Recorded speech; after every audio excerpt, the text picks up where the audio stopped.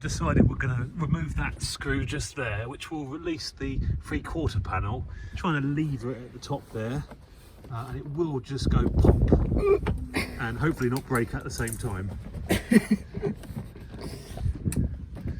There we go, there's the pop.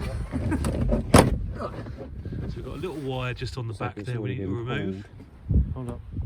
Not actually sure what that's for. Is it a tweeter, is it? Yeah, it is a tweeter, yeah.